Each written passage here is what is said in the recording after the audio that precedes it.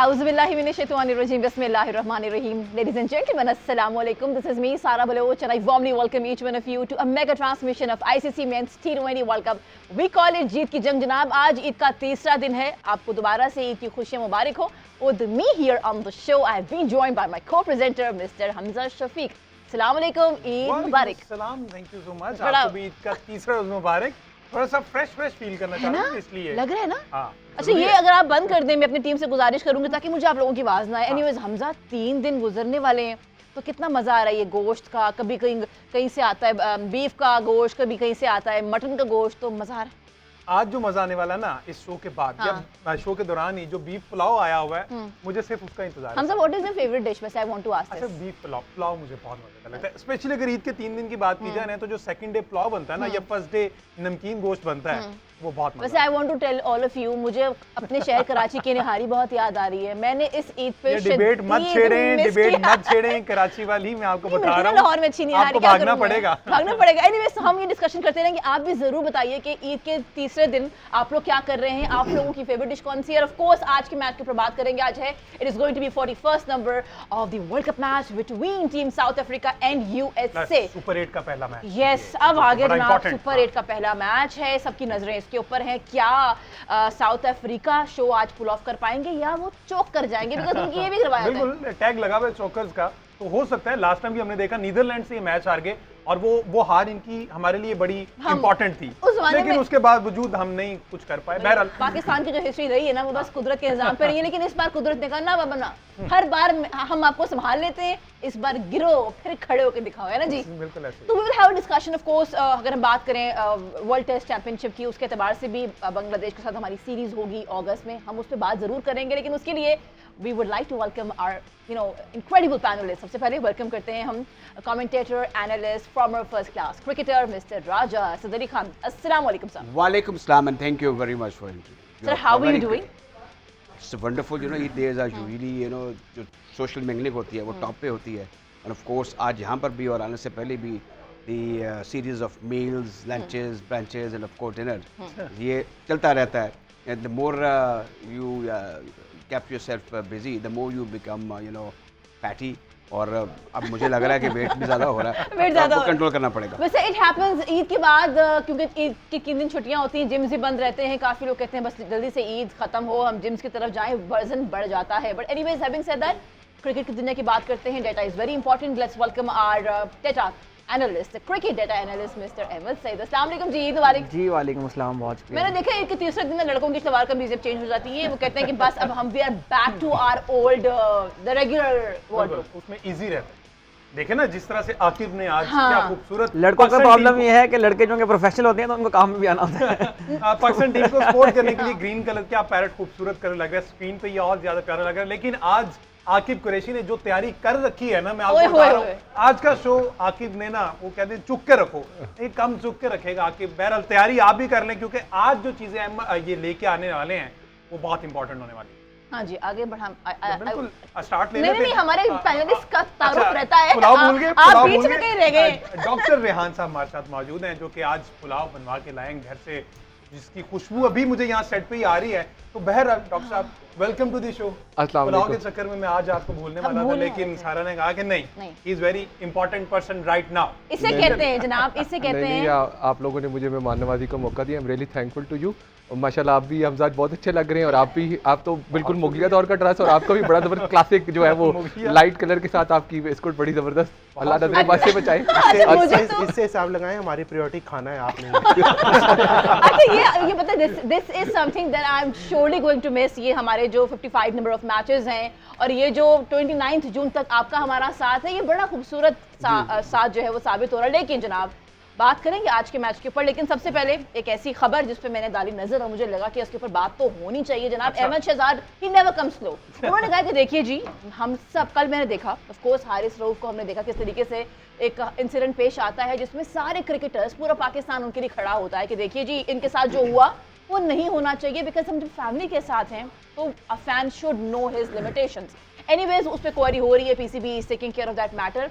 लेकिन जहां ये सारी बातें हो रही हैं, अहमद ने कहा कि हम साथ तो खड़े हैं, मजम्मत करते हैं, लेकिन क्या ये बेहतर ना होता अगर सारे क्रिकेटर्स अपने अपने एक्स पे जाके माफी मांगते और इनकी अकाउंटेबिलिटी बनती है? कब तक ये जो 4-5 इवेंट्स 4-5 सालों से टीम चलती आ रही है, कब तक इसी घिसी पिटी टीम के साथ हम आगे बढ़ेंगे? What is your take on it Aqib ji? क्या मतलब अहमद शहजाद के साथ अब क्या मतलब उन्होंने बिल्कुल अजीबोगरीब किस्म का ये बयान दिया है। दोस्त हैं आपके? ऑब्वियसली दोस्त हैं, कवर करते हैं, दोस्तों लेकिन का इंतखाब ने रसवा किया इस मुझे। बात के बाद जो है ना वो समझ नहीं आ रही कि फेवर करूं क्या करूं। लेकिन मैं थोड़ा सा जो जिसको अगर मेरी क्योंकि शायरी इतनी अच्छी नहीं है, राजा साहब या अहमद साहब मुझे बता दें, वो याद माजी अजाब है यार अहमद शहजाद के लिए मैं वहाँ से बात शुरू करता हूँ। 2007 में ये पहला T20 वर्ल्ड कप जब खेले थे, उसमें कोई टूर्नामेंट नहीं खेले, कोई मैच नहीं खेले, सिलेक्ट हो गए थे।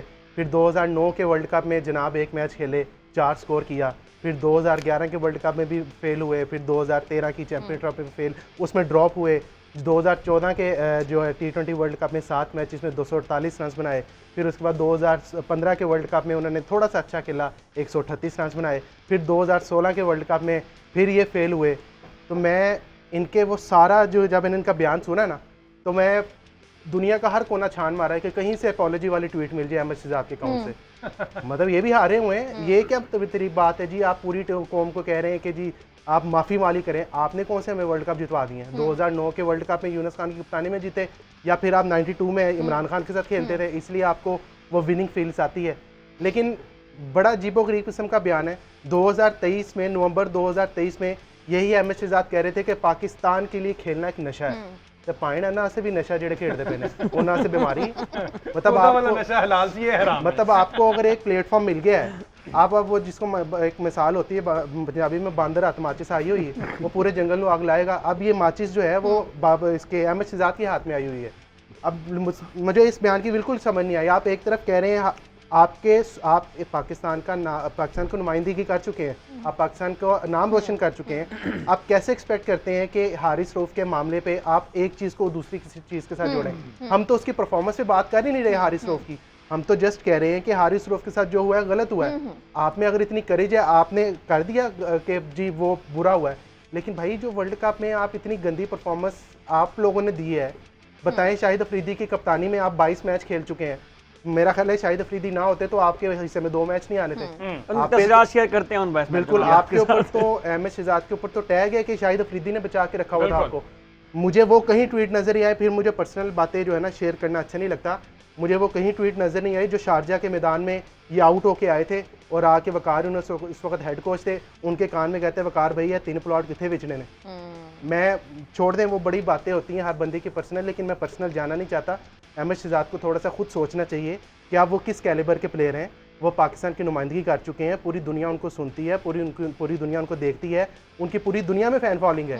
आप अपनी टीम पे तनकीद करी जा रहे हैं। या तो हो ना आप कोई डोनाल्ड ब्रैडमैन हो, आप बहुत बड़े कोई मायनाज हो जिसने जब आप कभी हारे ना हो, आपकी विन रेशो 99% हो, फिर तो आप इस तरह की ट्वीट करते नजर भी आते हैं। फिर मैं वही बात करूंगा कि आपने कभी माफ़ी मांगी?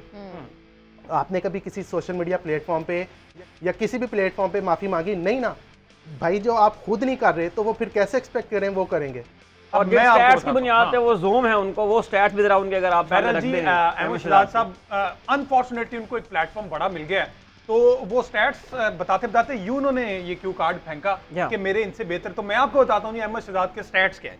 अहमद शहजाद का जो T20 डेब्यू है ना, वो 2009 में ऑस्ट्रेलिया के खिलाफ दुबई में हुआ था। 12 गेंदों पे सिर्फ और सिर्फ 4 रन बनाए। आपके नोट करते जाएगा। पाकिस्तान के लिए 59 मैचेस यानी कि 59 मैचेस में सिर्फ 114 के स्ट्राइक रेट से 1471 रन बनाए हैं जी। टॉप ऑर्डर ये बैट्समैन होने के बावजूद 59 मैचेस में सिर्फ और सिर्फ 33 छक्के, 33 सिक्सेस लगाए हैं। इनमें से 19 छक्के मैं आपको बताता हूं कि इनके खिलाफ थे बांग्लादेश, जिम्बाब्वे, स्कॉटलैंड और वर्ल्ड 11 के खिलाफ इनके ये 33 छक्के हैं। ऑस्ट्रेलिया के खिलाफ 4 मैचेस खेले, जिम्बाब्वे नहीं कहा, 4 मैचेस खेले, कोई छक्का नहीं लगाया। 5 की एवरेज से 20 रन बनाए हैं जनाब। न्यूजीलैंड के खिलाफ 10 मैचेस खेले, 3 छक्के लगाए। सबसे ज्यादा छक्के जिम्बाब्वे के खिलाफ है जिनकी तादाद 8 है, मगर जिम्बाब्वे जो है वो सिर्फ बाबर आजम, आपको कोई पर्सनल ग्रज है बाबर आजम से, गो के वर्ल्ड कप के 9 मैचेस में 31 की अच्छी एवरेज से 250 रन बनाए, मगर ये तो आप बताना भूल ही गए जनाब कि उनमें से 163 रन बांग्लादेश के खिलाफ थे आपके। इसके अलावा 2016 के वर्ल्ड कप की अगर बात की जाए तो भारत के खिलाफ आपको याद होगा ईडन गार्डन्स में 28 गेंदों पर 25 रन और मोहाली में न्यूजीलैंड के खिलाफ 32 गेंदों पर सिर्फ और सिर्फ 30 रन बनाकर आपने यकीनन उस जमाने की T20 क्रिकेट जो बात करते हैं ना कि मेरा टाइम और था, जरूरियात जो थी उस जमाने की उसको पूरा करने की कोशिश की होगी। उनमें 9 मैचेस में कुल मिलाकर आपने सिर्फ और सिर्फ 5 छक्के लगाए और वो सारे छक्के जो थे वो बांग्लादेश के खिलाफ थे। आप बताएंगे कि आज के दौर क्रिकेट कैसे खेलनी है। वो मुश्ताक अहमद यूसुफ साहब फरमा गए थे ना कि जिसको दूसरों पर पत्थर फेंकते हुए अपना सर याद न रहे उसे दूसरों पर पत्थर फेंकने का कोई हक नहीं है। तो जनाब अपने गिरेबान में झांके, उन 59 मैचेस में सबसे ज्यादा 22 मैचेस आपने शाहिद अफरीदी, जिस तरह से आकिब ने बताया कि उनकी क़यादत में खेलने, वरना आप 2 मैच भी ना खेल पाते। उन 22 मैचेस के दौरान 11 बार पाकिस्तान को शिकस्त हुई है, ये भी अपने ज़हन में रखें। यहां तक कि बांग्लादेश ने भी हराया था, मैं आपको याद होगा। एक मैच बेनतीजा रहा, जो 10 कामयाबियां मिली उनमें से 3 जिम्बाब्वे और 1 बांग्लादेश के खिलाफ थी। और फिर आप कहते हैं कि जिम्बाब्वे है, आप फिर भी टीम में रहे तो बाबर बेचारा तो अभी खेलना शुरू, कंपैरेटिवली आप अभी अगर देखा जाए करियर तो उसका खेलना शुरू है। T20 क्रिकेट में आपकी सबसे अच्छी एवरेज जनाब बांग्लादेश के खिलाफ है, ये बात आपने ज़हन में रखनी है। ये जो आप ऐसे करके कार्ड्स फेंके ना आपने कि मेरे स्टैट्स, मेरी एवरेज, मेरा स्ट्राइक रेट बहुत बेहतर है, तो वो जो उसके बाद जिम्बाब्वे के खिलाफ जो आपकी एवरेज है वो भी पता हमें। जिस डोमेस्टिक सीजन की आप उसकी बुनियाद पर बात करते हैं ना कि मैंने जनाब 4 50s बनाई थी, मुझे फिर भी नहीं नेशनल T20 की परफॉर्मेंस पे PSL में सेलेक्ट किया गया, तो जनाब साहिबजादा फरहान की परफॉर्मेंस देख लें, आप 7वें नंबर पर आते हैं। साहिबजादा फरहान टॉप पर थे जिसकी वजह से उनकी सिलेक्ट हुई, तो कायदा ट्रॉफी में भी आपका जनाब 9वां नंबर था। तो बहरहाल अपने गिरेबान में यहाँ पर अहमद शहजाद की ट्वीट्स की अगर बात हो रही है तो मैं उसका भी अगर आपको हवाला दूं, अहमद शहजाद ने 4 50 की थी नेशनल T20 में, हर 50 के बाद एक ट्वीट आई थी, लेकिन जैसे ही नेशनल T20 का मेन राउंड शुरू हुआ था अहमद शहजाद के रन भी खत्म हो गए और ट्वीट भी खत्म हो गई। अहमद शहजाद ने एक बहुत तारीखी ट्वीट उस वक्त की थी। मेरी बात सुनिए, ये हम एक स्टैट्स की तरफ जो अभी हमजा ने बातें की और जो असबर की और फिलबदी की है वो बड़ी शानदार थी। ये स्टैट्स आर वेरी इंपॉर्टेंट। अच्छा, ये जो मैं सारे माहौल में चीज़ें देख रहा हूँ ना, ये हमारे अपने स्टैंडर्ड है पाकिस्तान के और पाकिस्तान के क्रिकेट के और पाकिस्तान के नशरियाती इदारों के। मुझे ये बताएं कि मखसूस लोग होते थे, दुनिया भर में अभी भी एक कल्चर है जो टेलीविज़न पे बैठकर क्रिकेट की बातें। बदकिस्मती से ये जो अब गुफ्तगू अहमद शहजाद की हो रही है वो इतने बड़े हैं नहीं जितना हमने उनको टाइम दिया। हम भी चाहते नहीं थे कि ये बातें हों, लेकिन क्योंकि और ये जिस अंदाज में ट्वीट की गई है ये सर ये बता दें आपके केन विलियमसन नाकाम तरीन कप्तान साबित हुआ, उसके अपने स्टैट में देखे न्यूजीलैंड के किसी एक्स क्रिकेटर ने इतना ज्यादा मलबा उन पर नहीं डाला। मैं तो आपको कल बताया, आज ही मेरी बात हुई, न्यूजीलैंड में कोई वहाँ पे जुलूस नहीं निकल रहे, कोई टीवी नहीं तोड़ रहा, कोई बकवास नहीं कर रहा। ये हमारे यहाँ पे हमें, मुझे और आपको, हम सबको बड़ा कलक है, गम है इस चीज़ का, डिप्रेशन है कि जिस तरीके से पाकिस्तान आ रहा है। लेकिन चीज़ें अब थम जानी चाहिए। लेकिन बाज़ लोगों का गुजारा ही इस तरह हो रहा है क्योंकि जो इशू कॉइन करना है ना, बिल्कुल उन्होंने अपना चैनल मोनेटाइज करवा लिया है। इशू कॉइन करना जो है ये काम रखता है, इस पर गुफ्तगू करने के लिए दिमाग और तजर्बा चाहिए। अब जैसे अब आप फरमा रहे थे और अहमद सईद साहब ने भी और कुरैशी साहब ने भी इस पर रोशनी डाली, ये बिल्कुल दुरुस्त है। लेकिन ये देखें आपके इस सारी सिचुएशन अच्छा मुझे जरा एक पॉलिटिकल एक्टिविटी है उसकी तरफ जाना होगा जी। वापस आते हैं, डिस्कशन को यहीं से कंटिन्यू करते हैं। Welcome back, you been watching a special transmission of ICC men's T20 world cup. जनाब हम कोशिश करते हैं कि हम क्रिकेट के ऊपर ज़्यादा बात करें, लेकिन ये जो सोशल मीडिया है और हमारे जो क्रिकेटर्स हैं, चाहे फॉर्मर हों चाहे वो भी खेल भी रहे हों, बहुत सारी ना कोई कंट्रोवर्सी ले आते हैं रोज़। अब हमने डिस्कस किया अहमद शहजाद को कि डेफिनेटली जब वो भी टीम का हिस्सा थे और जब हार होती थी तो क्या कभी हमने कोई वीडियो देखी या कुछ कभी ट्वीट किया? चलो उस जमाने में शायद ट्विटर ना हो लेकिन वीडियोस तो थी। You would have uploaded any video. आपने खुद नहीं की लेकिन आपने कहा कि नहीं जी इसको तो कैश करना चाहिए और आप बरस पड़े सारे के सारे प्लेयर्स के ऊपर कि भाई you guys would have uploaded an apologetic video. Sir I would come to you, I know आप नहीं डिस्कस करना चाहते हैं अहमद शहजाद को, बट सर बात तो हो रही है। कर सकता हूँ, बात तो हो रही है। मुझे बताएं कि ये अहमद शहजाद साहब इस वक्त तूफान मचा हुआ है उनकी गुफ्तगू से और लोगों को वो ज़हनी अय्याशी का मौके फराहम कर रहे हैं कि लो जी ए गल भी है जी। अच्छा, ये क्रिकेटर्स का काम होता नहीं था, ये क्राइम रिपोर्टर की बीट होती थी या इन्वेस्टिगेटिव रिपोर्टर की बीट होती थी। अच्छा, हो ये रहा है। अब पहली बात ये है कि जब आप डिस्कशन करते हैं क्रिकेट की तो बड़ी दिलचस्प, बड़ी अब्जॉर्विंग होनी चाहिए। ये नहीं कि आप बैठे हुए हैं और आप दास्तान बयान करते जा रहे हैं, लंबी बातें करते जा रहे हैं, नॉट एट ऑल। उसमें क्रिस्पनेस होनी चाहिए, उसका म्यार बड़ा ऊंचा होना चाहिए, हाईली टेक्निकल होनी चाहिए, हाईली इन्फॉर्मेटिव होनी चाहिए। अच्छा, इसको कॉइन करने के लिए थोड़ा मुतालिया, मुशाहिदा और दिमाग का इस्तेमाल करना पड़ता है। जबकि आपकी बम्बार्डमेंट होती है एक इदारे के ऊपर और उससे मुतल्लिका जो लोग काम कर रहे हैं, जो हाजिर सर्विस है उनके ऊपर, ये बात समझ में आती है। अच्छा, इसका कोई असर नहीं होना चाहिए, लेकिन बदकिस्मती से हमारा जिन लोगों को मीडिया पर बैठ के टारगेट किया जाता है ना, उनका पीछा हौला होता है। मैं एक दफा इजाज बड़ साहब बैठे हुए थे, वो कहते हो मुंडिया पता करो बाहर मीडिया ले बैठने के लिए बैठे मैं घर जाना। ऐसे लोग भी थे और ऐसे भी थे, ऐसे चेयरमैन भी थे जिन्होंने बाकायदा एक डायरेक्ट नंबर दे के उनसे डायरेक्ट बातचीत करते थे, जो कि दुरुस्त नहीं है, चेयरमैन के शान नहीं है। अब ये अहमद शहजाद साहब के बारे में मैं सुबह गुफ्तगू शरीफ कर रहा था, बहुत बड़े क्रिकेट ऑर्गेनाइजर हैं, मियां असलम तो ICC के अंपायर भी रहे हैं। अच्छा, ये एक एक्सट्रीमली टैलेंटेड यंग लड़के थे और ये पढ़े लिखे भी थे, लेकिन जैसे वो एक अब लगता है कि ही इज़ ओल्ड हेड और यंग शोल्डर, वो बड़ी बड़ी बातें भी करते हैं, बात लगता है कि बातें अच्छी भी हैं। वो आपको अताउल्लाह शाह बुखारी बनने की कोशिश कर रहे हैं, वो ऐसे ऐसे जुमले कसते हैं, ऐसी ऐसी बातें करते हैं और उनको हलाशेरी देने के लिए भी लोग इर्द गिर्द मौजूद रहते हैं। क्योंकि अब जो देखने वाले हैं, आई एम सॉरी टू से, कि वो तमाशाई नहीं बल्कि तमाशबीन बन गए। अब इसमें सारी सूरत हाल क्या है कि जो बात हमारे क्रिकेट वर्ल्ड कप चल रहा है और एक मैच दूसरा हो रहा है, अब देखे ना एक मैच दूसरा हो रहा है, अब हारस का इशू शुरू हो गया है। वो I am not enjoying it at all, I tell you. कोई भी संजीदा शख्स जो है सूरत हाल से वो खुश नहीं है कि जो कुछ हो रहा है। अब ये देखे ना कि एक वो डिबैकल हुआ, ऊपर से ये कोई बड़ी तकलीफदेह किस्म की खबरें आती हैं, विजुअल्स आते हैं कि ये सब कुछ हो रहा है। जहाँ तक इस सारे एपिसोड का ताल्लुक है, ये हलाशेरी देने में मीडिया हाउसेस के बाद अफराद का भी हाथ, चुको भड़काओ। अच्छा, लाहौर कराची की एक बैच शुरू कर देंगे कि ये पंजाब का है, ये कराची का। एक मेरे दोस्त हैं, बड़े लीडिंग एंकर है कराची के, वो मुझे कहने लगे जी पंजाबी में कमेंट्री शुरू हो गई है। वो मैंने कहा पंजाबी जो है सारे पाकिस्तान में समझी जाती है, सिंधी में भी होनी चाहिए, बलोची में भी होनी चाहिए। भाई देखिए, कराची पर मेरा भी उतना हक है जितना कराची में रहने वालों का। सो इज अबाउट जो कराची में रहने वाले हैं, उनका भी जुज़विला जनफक है लाहौर, इसका कल्चर जो है तो सबका मिला जुला। ये चीज़ें आपस में मुख्तलिफ मुल्कों में, सिडनी का और मेलबर्न का चलती रहती है, इंडिया में भी ये चीज़ें चल रही हैं, शहरों में आपस में ये हेल्दी चीज़ है, इसको बुरा नहीं समझना चाहिए। लेकिन जहाँ तक आप बात कर रही हैं अहमद शहजाद की, अहमद शहजाद जिस बात पे फुनफुनाते फिरते हैं, ऐसी कोई बात है नहीं। बहुत अच्छे क्रिकेटर थे, बड़े अच्छे इंसान भी होंगे, लेकिन मुझे लगता है वो भटक गए। आप मुझे आखिर में बात बताएं, नासिर हुसैन है, आर्थर्टन है, और उससे पहले सीनियर बॉयकॉट थे, वो टीवी में बैठ के कमेंट्री करते थे या प्रोग्राम करते थे, ऐसी गुफ्तगू करते थे, इतनी शानदार। कभी देखा है, चलें बॉयकॉट ने इक्का दुक्का काम कर लिए कि कभी वो इंग्लैंड क्रिकेट बोर्ड में आ गए हों, या इवन हमारे नेबरिंग मुल्क में थे कि मार्चवाए रवि शास्त्री के कोई शख्स कमेंटेटर जो है या टीवी में बैठ कर डिस्कशन करने वाले वो BCCI का हिस्सा बन गए हो। हमारे यहाँ पर ये है कि आप एस्पायर करते हैं, ये बोल रहे हैं, अब आप नाम ले लें, हमारे दोस्त ही हैं।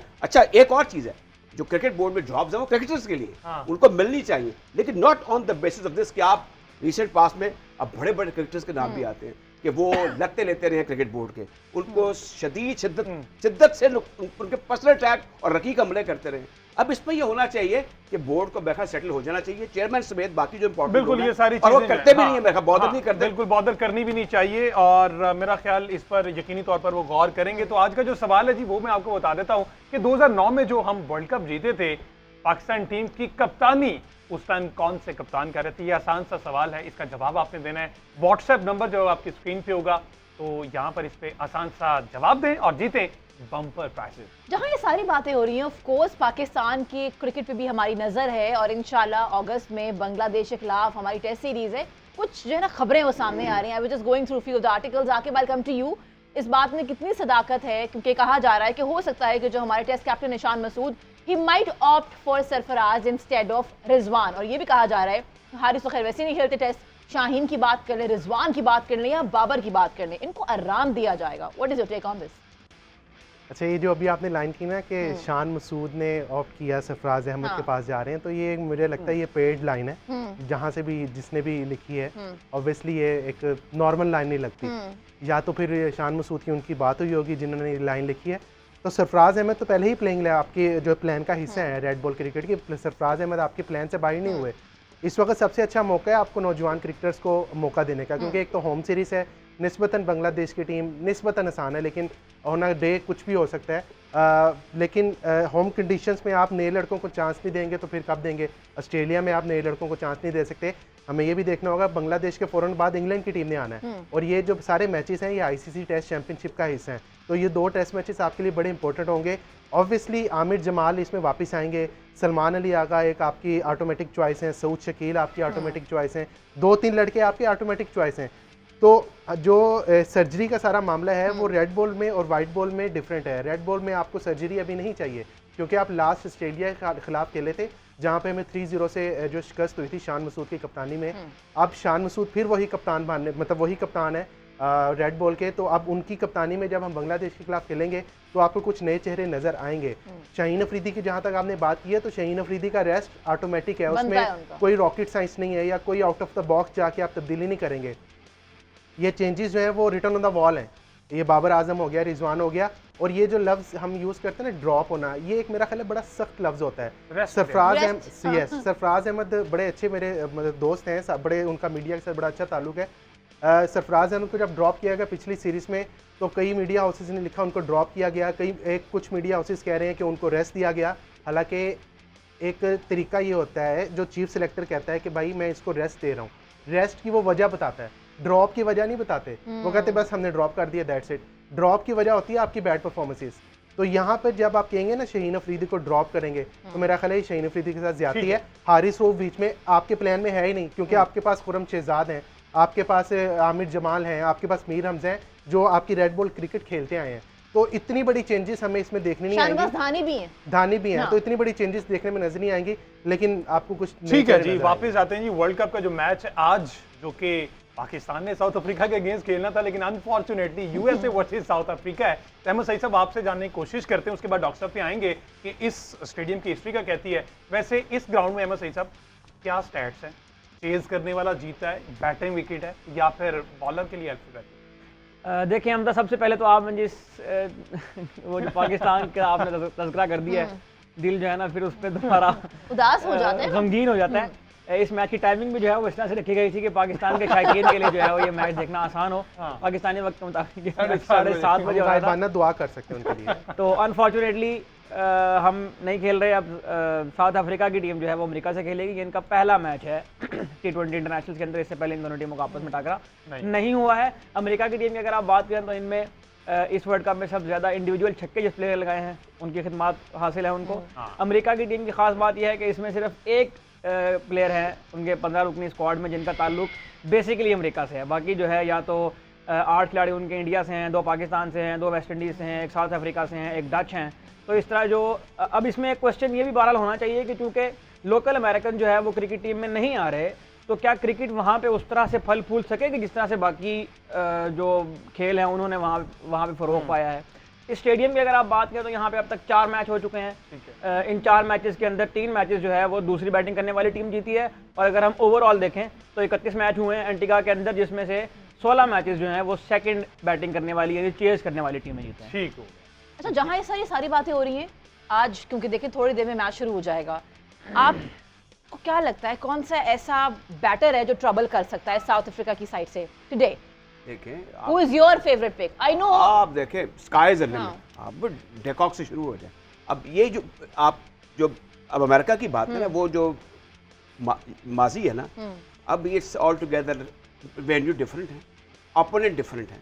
ये बिल्कुल जो हमने प्रीलिमिनरी राउंड में जो मैचेस देखे, ये अपना शेडो इस सुपर 8 में कास्ट नहीं करेंगे। साउथ अफ्रीका हर लिहाज से एक तगड़ी टीम है, और T20 में आप उनके स्पिनर्स देख लें, आज पता नहीं किसको खिलाते हैं किसको नहीं खिलाते, अब 2 ऑप्शन हैं। तो इसमें बैटिंग तो उनकी इतना बड़ा पावर हाउस है, और उनका जो स्ट्राइक रेट है और उनकी जो कन्विक्शन है about opponent हुसोएवर it is, America है ठीक है, लेकिन अब हम जो बात कर रहे हैं ना कि इसमें हमने अभी तक आपने बंगालियों का जिक्र नहीं किया, वो बांग्लादेश भी एक पुरानी टीम है। बहरहाल जहाँ तक साउथ अफ्रीका का ताल्लुक है, उनकी जो बैटिंग लाइनअप है, उनकी जो ऑन स्लॉट है, उनका जो स्ट्राइक रेट है, और उनका उस सिचुएशन में जो कि उनकी देखी भाली है, और ये भी याद रहे कि वो अनडिफीटेड चलते आ रहे हैं अभी तक, मतलब अभी तक वो शिकस्त के करीब तो गए हैं लेकिन उन्होंने उसका मज़ा भी चखा नहीं है। बहरहाल मैं कहूँगा कि ये जो मिनोज ऊपर आए हैं सुपर 8 में, इंक्लूडिंग US, उनके लिए इम्कानात कम से कम होंगे, क्योंकि अब ऑल टुगेदर आपको भी हम सबको क्रिकेट को एंजॉय करना है, और इसमें आप ज़ेन बना लें कि south Africa one of the favourite beside this हम ये देख लें कि आज के मैच को आपको देखकर अंदाजा हो जाएगा कि where do America stand in the coming 2 या 3 मैचेस जो खेलने 3 मैचेस जो खेलने तो बल्कि 2 और खेलने इसके बाद 4 टीमें हैं ना, बिल्कुल बिल्कुल तो 2 पूल है 4-4। तो इसमें मेरे ख्याल में टू स्टार्ट विद मेरे ख्याल में बैटिंग हो या बॉलिंग हो, दे आर टू गुड। ठीक है डॉक्टर साहब, व्हाट्स योर टेक, क्या समझते हैं टॉस मैटर करेगा? बिल्कुल टॉस, अब मैंने हिस्ट्री स्टडी किया है, 8 matches international T20 saint sir vivian Richard stadium जो है एंटीगा और बारबुडा लिवर्ड आइलैंड्स में ये स्टेडियम लोकेट है। 8 T20 मैचेस हुए हैं, 4 बैटिंग फर्स्ट और 4 बैटिंग सेकंड। विकेट बड़ी ट्रू है, बाउंस बड़ा इवन है और like extending on the chances of USA। Cricketing terms और अगर आप स्किल सेट और खिलाड़ियों की एबिलिटी और टैलेंट या उनका मेथड या टेक्निक देखते हैं तो South Africa stand poles apart from USA। और बात यह कि USA ने ग्रुप स्टेजेस में इतनी शायद ऑन स्लॉट वाली फास्ट बॉलिंग नहीं खेली। अब देखें, मैं साउथ अफ्रीका के बॉलिंग रिसोर्सेज देखें, you have the likes of KG Rabada, लुगी नगीटी, Marco Jansen, Andre Nokia, all 145 plus. अब देखें, ये अमेरिका ने पाकिस्तान में थे हारिस रऊफ, लेकिन he was not bowling at that you can say length or the direction which was troubling the batsman. Yes, he was bowling with pace. India की मिसवाए बुमराह को निकाल दें और अब तबरेज़ शमसी भी लेफ्ट आर्म रेस्ट स्पिनर हैं, वो बहुत हैं। बैटिंग अगर आप उनके रिसोर्सेज देखते हैं, अगर मैन टू मैन, अमेरिका में आरन जोन्स हैं और जो है जगदीश सिंह हैं या शायान जहांगीर हैं या उनके मोनाक पटेल हैं, वो इस लेवल का नहीं। अब देखें, talking about Quinton de Kock है, आप आए हेनरिक क्लासन है, डेविड मिलर हैं, फिर आप उनके मार्को जेंसन ऑलराउंडर हैं और क्या कहते हैं एडन मार्कम। मतलब head to head South Africa की जो स्ट्राइक फोर्स है और जो उनका जो कहते हैं बैटिंग रिसोर्स है वो बहुत डेप्थ वाला है। और bowling I would say south जो पेस होगी, जिस लेंथ पे वो बॉल करेंगे, क्योंकि वो शॉर्ट ऑफ लेंथ करेंगे, वो अनईजी एरियाज़ में करेंगे और जो true nature of the bounce है और उसमें वेस्ट जो USA के बॉलर्स हैं उनको वो वाली लीवरेज नहीं मिलेगी। ये it will not be a two paced और अ स्पंजी बाउंस, बॉल रुक के नहीं आएगा, बॉल ब्रेक नहीं करेगा। अमेरिका किसको खिलाएंगे, केशव महाराज को खिलाएंगे, ये शमसी में ये केशव महाराज को ज़्यादा चांस है बिकॉज वो ज़्यादा कंट्रोल उनको देते हैं। लेकिन अगर अमेरिका थोड़ा सा, क्योंकि वो रिस्क ले सकते हैं क्योंकि उनकी फास्ट बॉलिंग स्ट्रेंथ बहुत ज़्यादा है, वो एक बैट्समैन लाइट भी चाहते हैं क्योंकि अगर मिडल ऑर्डर में क्लासन या डेविड मिलर जो उनको स्ट्रेंथ देते हैं या मार्को जेनसन, तो वो बैलेंस आउट करके 5 बॉलर्स के साथ भी जा सकते हैं। टू मच, क्योंकि क्विंटन डी कॉक भी कीपिंग करते हैं, हेनरिक क्लासन भी, तो लग्जरी साउथ अफ्रीका के पास ह्यूमन रिसोर्स बड़ा ज़बरदस्त, बड़ा बैलेंस अटैक है। और जो विकेट है ना, वो अमेरिका को उस तरह फेवर नहीं करेगी। ना बारिश है, ना पे यहाँ पे ओवर हेड कंडीशंस हैं, या ना पे बॉल स्विंग करेगा, ना सीम करेगा। आंद्रे नोकिया, मार्को जेनसन, लुगी नगीटी या KG रबाडा अपनी पेस से उनको जो है आउटस्मार्ट करेंगे। अमेरिका के बैटर्स बैकफुट के तो मुझे नहीं नजर आए, क्योंकि ग्रुप स्टेजेस में सबसे देखा कोई पुल खेलता हो, कोई हुक खेलता हो या बैकफुट पे जाके जो है ऑफ साइड से खेलता हो। तो वो ये नाउ द बिग स्टेज और सुपर 8 में आपको कोई जो कहते हैं ना, कोई ऐसी वो लूप होल्स नहीं मिलेगा टीम्स का। Teams will come with their full throttle और ये टीम्स मोर और लेस बैलेंस्ड और सेटल्ड है। तो USA विल स्ट्रगल और I don't see any reason.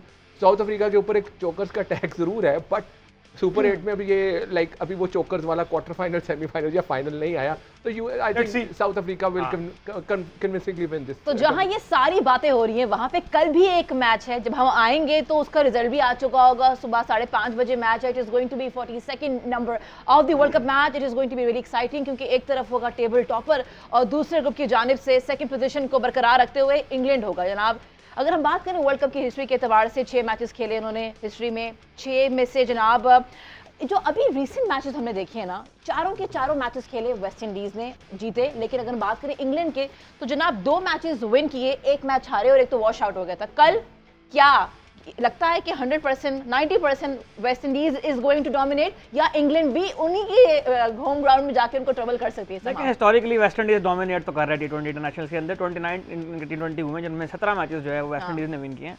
और वर्ल्ड कप के आपने 6 मैच का तज़किरा किया, तो इंग्लैंड सिर्फ एक बार जो है वो जीतने में कामयाब हुआ है। गो के इंग्लैंड जो है वो 2010 में वेस्ट इंडीज़ में ही वर्ल्ड कप विन करने में कामयाब भी हुआ था।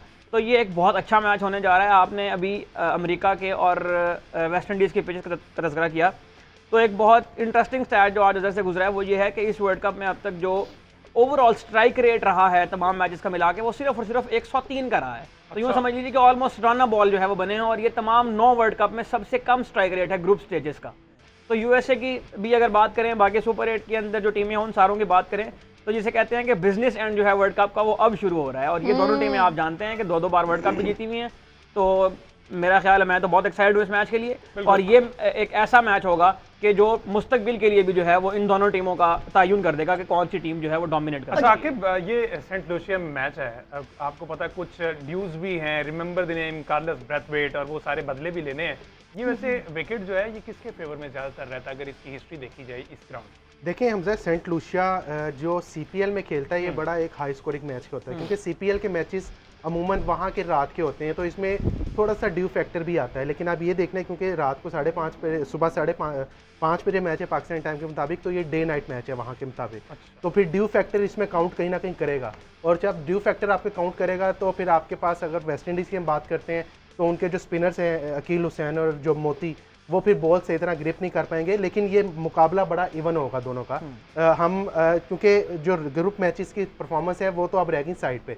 अब ये दोबारा से ए से दोबारा दोनों टीमें शुरू कर रही हैं, और वेस्ट इंडीज़ जिस तरह की उन्होंने परफॉर्मेंस दी है, लग यही रहा है कि बड़ी मुश्किल टीम होगी। लेकिन दूसरी तरफ इंग्लैंड है जिसको हम किसी तरह भी नॉकआउट जो है उस पर उनको नज़रअंदाज नहीं कर सकते। One of the best team है इस वक्त टूर्नामेंट में, डिफेंडिंग चैंपियन है, और वो 2 मैचेस इस तरह के जीत के आए हैं कि उनका इस वक्त कॉन्फिडेंस लेवल मुझे लगता है वेस्ट इंडीज़ से भी अप होगा, जिस तरह के वो 2 मैचेस जीत के आए हैं। बैटिंग की बात करें तो उनके पास बैटिंग में पावर हाउस है। आप फिल सॉल्ट को देख लें, बटलर को देख लें, नीचे विल जैक्स आ जाते हैं, लिविंगस्टन, जॉनी ब्रिस्टो, और सबसे इंपॉर्टेंट उनके लिए जॉनी ब्रिस्टो का फॉर्म में आना है। वरना ये पहले जॉनी ब्रिस्टो आपने आईपीएल भी देखा, ये बिल्कुल आउट ऑफ द फॉर्म लग रहे थे, बल्कि मैं तो इनको आउट ऑफ द फॉर्म नहीं, आउट ऑफ द सेंसेस लग रहे थे। बॉल राइट साइड पे आती थी, मारते लेफ्ट साइड पे थे, तो उनका फॉर्म में आना इनके लिए बड़ा इंपॉर्टेंट है। फिर इनके पास नीचे लिविंगस्टन है, फिर इनकी जो बॉलिंग में वैरायटी है, जो स्पेशली 2 मुसलमान जो है इनको फराहम करते हैं, यानी कि आदिल रशीद और मोइन अली, वो बड़ा इनके लिए इंपॉर्टेंट फैक्टर होगा, स्पेशली सेंट लूसिया की विकेट पे, जहाँ पर आपने मिडल ओवर में आके रोकना है वेस्ट इंडीज़ की पावर हिटिंग बैटिंग लाइन को। इनका दोनों का जो है वो बड़ा इंपॉर्टेंट होगा। फिर एक नाम जिसको नज़रअंदाज कर ही नहीं सकते वो जोफ्रा आर्चर का, जो इधर ही पले बड़े हुए हैं, जो वेस्ट इंडीज़ को ऐसे देखते हैं कि जिस तरह इन्होंने कोई उधार देना उसका, इस तरह उनके साथ मुकाबला करते हैं। तो बड़ा एक बैलेंस मैच होगा और बड़ा मजे का मैच होगा। मुझे लगता है ये सुपर 8 का सबसे अच्छा मैच जो है ना ये यहाँ पे अगर मैं आपको इसमें एक और चीज़ है अहमद सईद साहब, मैं नहीं समझता कि इंग्लैंड ने रिसेंटली कोई बहुत अच्छी क्रिकेट खेली हुई। यू सी वेयर एज अगर हम वेस्ट इंडीज़ की बात करें, including a famous victory in a test match, this is the team which is coming up, you know. फिर दूसरा एक और चीज़ है जो आप खूब अच्छे वहाँ के माहौल से वाकिफ हैं, जो पब्लिक उनको एलिवेट करती है। यस, ओहो हो, दुनिया का कोई क्राउड उनको मैच नहीं कर सकता। How they celebrate and how you know they वो अपने प्लेयर्स को इनकरेज करते हैं। और एक चीज़ देख लें कि वेस्ट इंडीज़ को एक और एडवांटेज है कंटेम्प्रेरी क्रिकेट में, physically even to an extent emotionally भी वो सबसे स्ट्रॉन्गर टीम है। और फिर आपको पता वो होस्ट है, और फिर उनकी टीम ग्रेजुअली ऊपर आती रही, और दरमियान में जब उन पर लीन पीरियड आया था तो वो बिल्कुल पार्टी से आउट नहीं हुए। You see they have been knocking at various ICC event at the top. तो अब जो कुछ उन्होंने क्रिकेट अब तक खेली है, जो उनका मिजाज है और जो टेम्पो है, specially during the process of preliminary round, जो पहला राउंड था, और उसके बाद अब भी मेरे ख्याल में इसमें they should be have a certain age over England. Yes. इसमें स्ट्रेंथ की बात हुई है, इस वर्ल्ड कप का सबसे लॉन्गेस्ट 6 भी जो है वो अब तक रोबमन पॉवेल ने मारा है, 107 मीटर का, जो वेस्ट इंडीज के कैप्टन है। 107 मीटर 107 मीटर का छक्का उन्होंने लगाया है। और अगर इस वर्ल्ड कप में अगर इन दोनों का हम कंपैरिजन करें तो 34 छक्के लगाए हैं वेस्ट इंडीज की टीम ने, जो इस वर्ल्ड कप में जॉइंट मोस्ट है स्कॉटलैंड के साथ, और इंग्लैंड की टीम ने जो है वो 19 छक्के लगाए हैं। और वेस्ट इंडीज वाले छक्के ऐसे मारते हैं जिस तरह हम ईद पे कुर्बानी में गोश्त खाते हैं ना, उनके लिए स्वागत ब्रेक लेना है। हमें ब्रेक की तरफ बढ़ना है, बट याद रहे कि वेस्ट इंडीज ने इस वर्ल्ड कप का हाईएस्ट टोटल भी दिया है, व्हिच इज 218। तो अगर कल सुबह उनकी आ जाती है पहले बारी, तो क्या वो उसको मेंटेन कर पाएंगे? That's another question. Keep watching, वापस आते हैं और आपके मैसेजेस शामिल करेंगे। स्टे विद अस।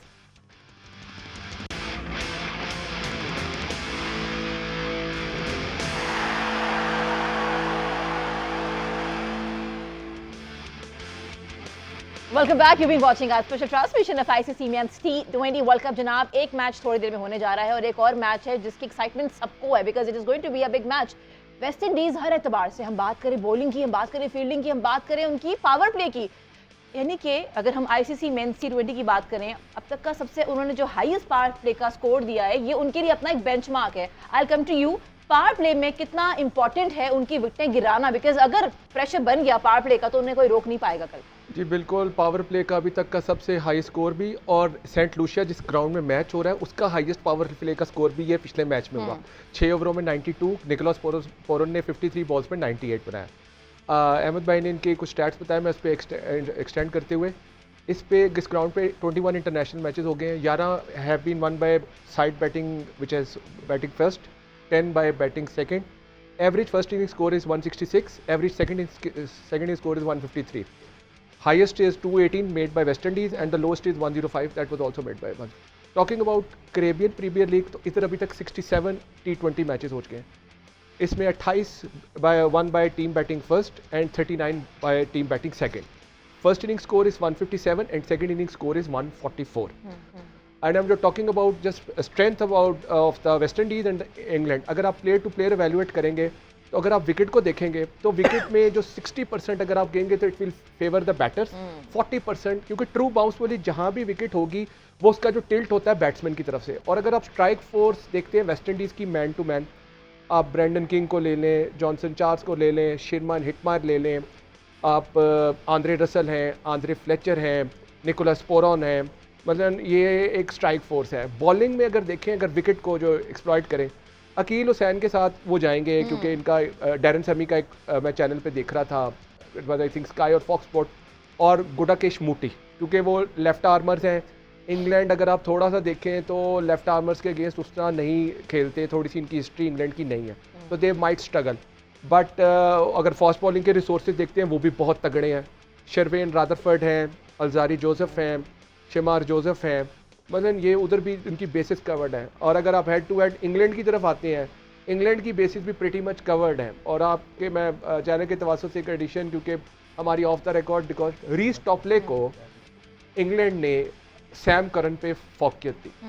सो ये एक बड़ा एक लाउड एंड क्लियर मैसेज है कि Sam Curran was the man of tournament and man of the match in the final of 2022 world cup. वो 6 मैचों में 13 आउट करते हैं, 6.5 के इकॉनमी रेट। ये इंग्लैंड का सिस्टम, या जो हम किसी भी क्रिकेटिंग नेशन का अपने से मुवाजना करते हैं, तो वो कहता है कोई भी बंदा इंडिस्पेंसिबल नहीं है कि आपकी वन टूर्नामेंट परफॉर्मेंस या one match brilliance will not allow you to carry for the next 5 years, 3 years और for consecutive number of international tournament. तो उन्होंने बड़ा क्लियर देखा कि सैम करन की फॉर्म में डिप आया, तो उन्होंने रीस टॉपली जो अच्छा परफॉर्म कर रहे थे, और उन्होंने लेफ्ट आर्मर को लेफ्ट आर्मर से स्विच किया। और रीस टॉपली को रिसेंटली उन्होंने बड़ा अच्छा परफॉर्म किया। रीस टॉपली की हाइट भी 6 है ऑलमोस्ट, और वो बाउंस जनरेट करेंगे। तो इंग्लैंड की अटैक या उनके जो जिंक इन द आर्मरी था, उन्होंने उसको कवर किया कि सैम करन का जो वीक लिंक था। और अगर आप इंग्लैंड के बाकी रिसोर्सेज देखते हैं, नो डाउट ये बड़ा तगड़ा मैच है। अगर आप देखें, it might be a final before the final. Strike force अगर आप दोनों टीमों की देखें, इंग्लैंड की देखें, बेन डकेट है, फिल सॉल्ट है, हैरी ब्रुक है, जॉस बटलर है, जॉनी बेस्टो है, लियाम लिविंगस्टोन है। जॉश बटलर ने कहा कि मेरा नाम जॉश बटलर है। क्या कहा है? जॉश बटलर है। अब मोइन अली है। बॉलिंग रिसोर्सेज में आ जाए, जोफ्रा आर्चर की तो पैदाइश भी सेंट लूसिया की है, और जिस तरह पहले कह रहे थे कि उनका कोई पुराना वैर है वेस्ट इंडीज से, तो हो सकता है ये पुराना वैर भी अब हो सकता है 150 प्लस क्लिक्स में देखें। फिर रीस टॉपले हैं, फिर आपके मार्क वुड है, आदिल रशीद है, मोइन अली है, लियाम लिविंगस्टोन दरमियान में आके आपको जो है वो लेग ब्रेक और ऑफ ब्रेक का। अगर आप स्ट्राइक फोर्स, एक पावर हाउस, एक आप you can say the flair, the charisma, the you can say the crowd pullers, इतनी अगर आप 22 खिलाड़ियों में गैलेक्सी ऑफ T20 स्टार। और जितना राज साहब ने कहा T20 क्राउड का जो एनिमेटेड और जो मोटिवेशन होगी इस मैच में, वो कहते हैं ना, इट वुड बी, वो कहते हैं man to man, it will be meeting fire with fire, it will be no half measures, it will be a, you can say, sucker point thrown after every, you can say, over.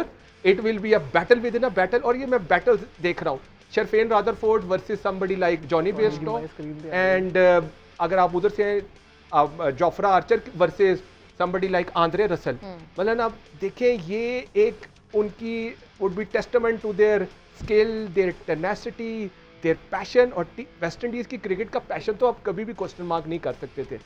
तो talking about 70s, 80s, 90s। Doctor साहब, whom you are rooting for, आपने अच्छा explain कर दिया, किसको जीतता हुआ देखना? मुझे लग रहा है वेस्ट इंडीज की ही हक में है। 60-40 अगर आप देखें, I would call it 60% West Indies, 40, but it will be one humdinger of a match. It will be a nail biter, it will go all down the wire, but a slight chance with West Indies making अच्छा, it. नहीं predict नहीं हो अच्छा, पा रहा अहमद सईद साहब और आकिब कुरैशी, सुनने में तो ये आया है, क्योंकि डाटा बहुत है, तो होता ये है कि वेस्ट इंडीज में यूजुअली स्पिन फ्रेंडली विकेट्स होती हैं। तो अभी डॉक्टर साहब ने जितने भी वो हमें बताए, रेस्टोफ्ली है, मार्क वुड है, जोफ्रा आर्चर है, अच्छे पेसर है, 7.5 की इकोनॉमी है लेकिन stats स्पिनर्स कुछ और की कहते हैं। एंटीगा के अंदर। And बिल्कुल 7.5 की इकोनॉमी है एंटीगा में स्पिनर्स की। तो इसमें डिपेंड ये करता है कि ऑन द डे पिच किस तरह से खेलता है। हम ये बिल्कुल नहीं कह सकते आउटराइटली कि स्पिनर अच्छा खेलेगा या फास्ट बॉलर, डिपेंड करता है। देखें वो अकील हुसैन के साथ जा रहे हैं वेस्ट इंडीज। अटैक स्टार्ट करने वेस्ट इंडीज, लेकिन ज़रूरी नहीं है कि अकील हुसैन की को उस तरह से हेल्प मिले इस पिच से, क्योंकि ये ज़रा डिफरेंट पिच है बाकी पिचों के ऊपर जहाँ वो खेले हुए हैं। तो ये बहुत मैटर करेगा कि उनके जो दो लेफ्ट आर्म स्पिनर हैं वेस्ट इंडीज़ के, वो किस तरह खेलते हैं। और जिस तरह उन्होंने तस्करा किया कि इंग्लैंड के जो लेफ्ट आर्म फास्ट बॉलर है रीस टॉपली को वो लेते हैं या सैम कर्न को वो लेते हैं, मेरा ख्याल है कि रीस टॉपली के साथ वो जाएंगे, तो वो किस तरह से असिस्ट करते हैं जोफ्रा आर्चर को और मार्क वुड को। सेकंडली एक और चीज इंपॉर्टेंट, ये जब ये जो मरहला शुरू है इसमें नर्व्स आर वेरी इंपॉर्टेंट, क्योंकि इसमें 3 मैच और पहला मैच जो है बड़ा इंपॉर्टेंट होता है किसी भी सीरीज का भी और किसी भी इवेंट का भी। रिदम बनाने के लिए इसमें डू और die situation, specially for the West Indian. देखिए उनका बहुत सा कुछ स्टेक है ओवर दिस इस मरहले में, और उनका जो रिसेंट पास परफॉर्मेंस है वो आपने देख ली है। उनकी जो पिछले 1-2 साल की परफॉर्मेंस है लॉन्गर ड्यूरेशन में भी एट टाइम्स वो बड़े ऊपर चले गए। उनका test match famous test match victory है, और इस इवेंट में बाय ऑल मीन जो भी तक मैंने असेस किया है, मेरे कोलीग्स में भी बात की है, उससे यही अंदाज़ा हो रहा है कि ठीक है Mark Wood winning factor I tell you, और अभी टॉपले की बात हो रही थी, लिविंग स्टोन की, जब जितने भी उनके बॉलिंग के रिसोर्सेज हैं इंग्लैंड के वो आउटस्टैंडिंग है, लेकिन ये क्विक क्रिकेट है, इसमें आप ये it's all about fours and sixes I tell you. और जो टीम इसमें एक्सेल करेगी, जिससे मुझे लग रहा है कि एक स्लाइट एज है the famous West Indian about hitting the ball out of the ground, और इस ग्राउंड में भी उनका एक रिकॉर्ड भी है, तो मेरे ख्याल में बाय ऑल मीन्स हमें एक स्लाइट एज जरूर देना होगा टू दी होम टीम, वो है ठीक है। अच्छा, you are vouching for team West Indies. या और You ये are बड़ा vouching- इंपॉर्टेंट और ये बस वेस्ट इंडीज ये जो मैच जीतेगा ये ग्रुप विनर होगा, क्योंकि बड़ा क्रंच मैच है यूएसए और साउथ अफ्रीका। तो इस मैच की इफादियत के if you win this you are certain into the semis.